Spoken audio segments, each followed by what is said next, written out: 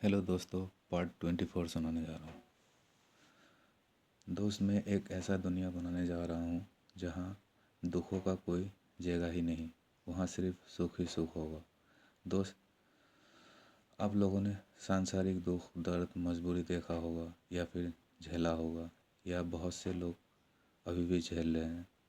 उनका भी कोई उपाय ज़रूर बनाऊंगा, लेकिन सबसे पहले जेल में जो कैदी रह रहे हैं उनकी ज़िंदगी तो बर्बाद है ही, लेकिन मैं अब उनकी ज़िंदगी स्वर्ग बनाने वाला हूँ। और दूसरा उधर कोठा यानी हर शहर में महिलाओं के जिस्म का धंधा करने वाले महिलाओं की ज़िंदगी किसी नर्क से कम नहीं है। उनकी दुख थोड़ा बताना चाहता हूँ। कोई मर्द प्यार की जाल में फंसा के शहर लाया और कोठा में बेचकर चला गया। अब वो बेचारी कैसे निकलेगी इस नर्क की दुनिया से, क्योंकि यहाँ तो कोई मर्द है ही नहीं। मेरी नज़र में सबके सब नामर्द हैं। ये लोग सिर्फ नारी को कमज़ोर समझकर उनकी मजबूरी का फ़ायदा उठाना चाहता है या फिर उठा रहा है।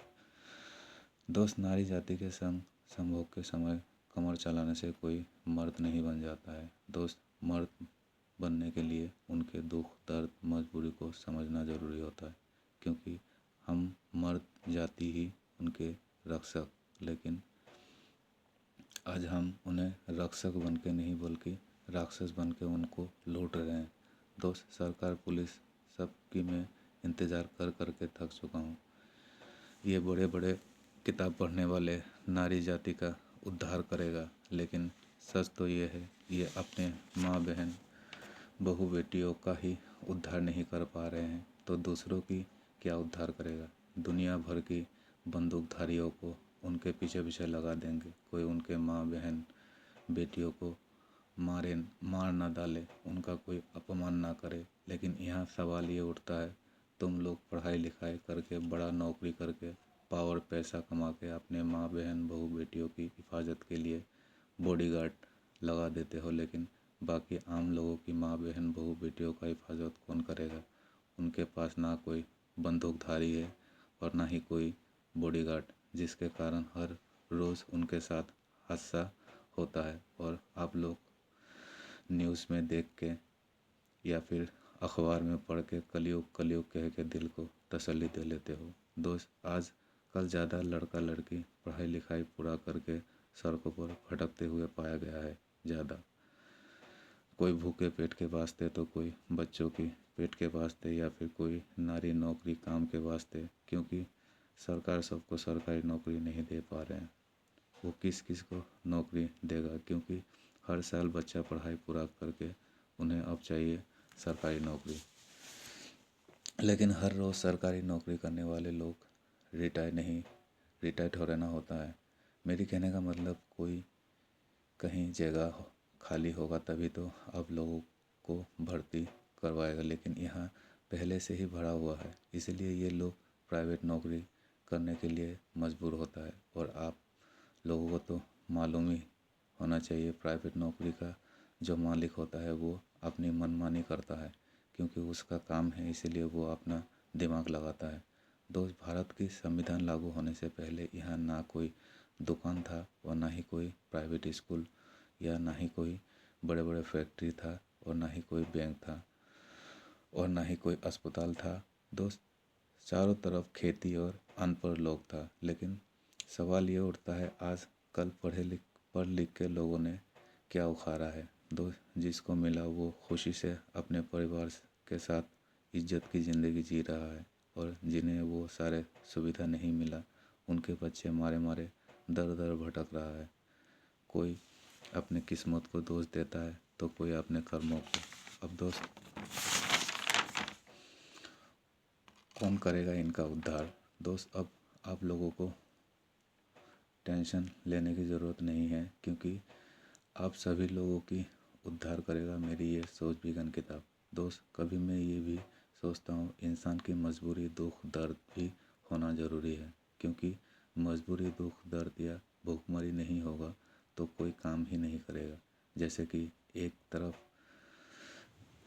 एक ट्रक ड्राइवर रात भर जग जग के सड़क में जो उनकी बेइज्जती होता है, चाहे वो बेइज्जती उनके साथ पुलिस करे या आम जनता, इन सब को बर्दाश्त करके वो अपना काम पूरा करता है, क्योंकि उनके दिमाग में ये टेंशन रहता है, माँ का इलाज करवाना है, बीवी की पेटीकोट खरीदना है, बच्चों का स्कूल में फीस देना है, टूटा हुआ घर बनाना है, फलाना से लिया हुआ कर्ज वापस करना है, और शाम को एक पोहा भी पीना है आदि।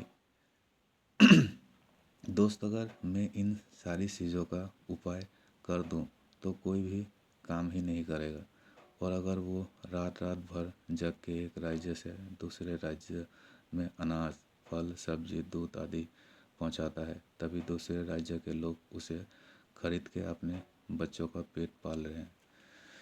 मेरी कहने का मतलब ये है, हर इंसान एक दूसरे से जुड़ा हुआ है, और एक दूसरे के बिना ये संसार ही नहीं चलेगा। तो फिर क्यों हम इन छोटे काम करने वाले लोगों की सड़क पर बेइज्जती करते हैं। दोस्त, मेरी आंखों के सामने रोज़ ऐसे ऐसे हादसा होते हैं, मैं चाह कर भी उनका मदद नहीं कर पाता हूँ।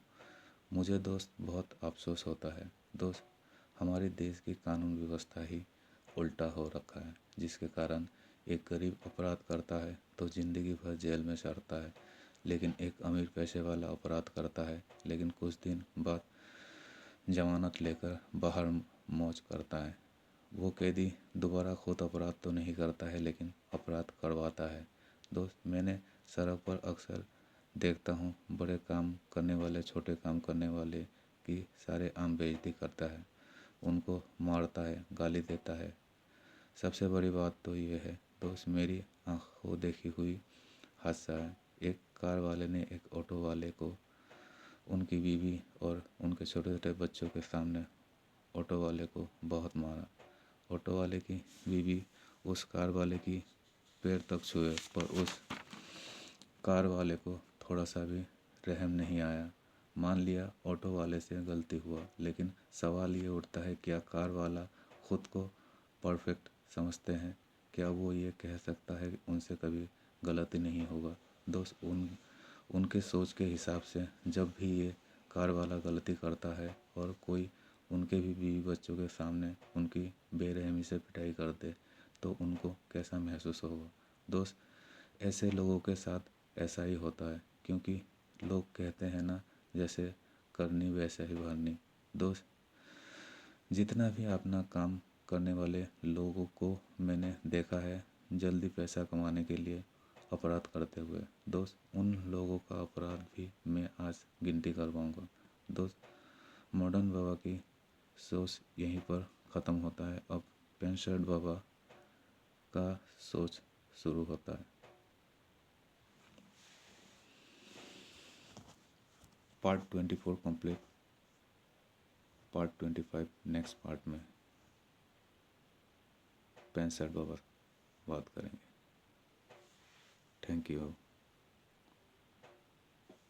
शेयर ज़रूर करना।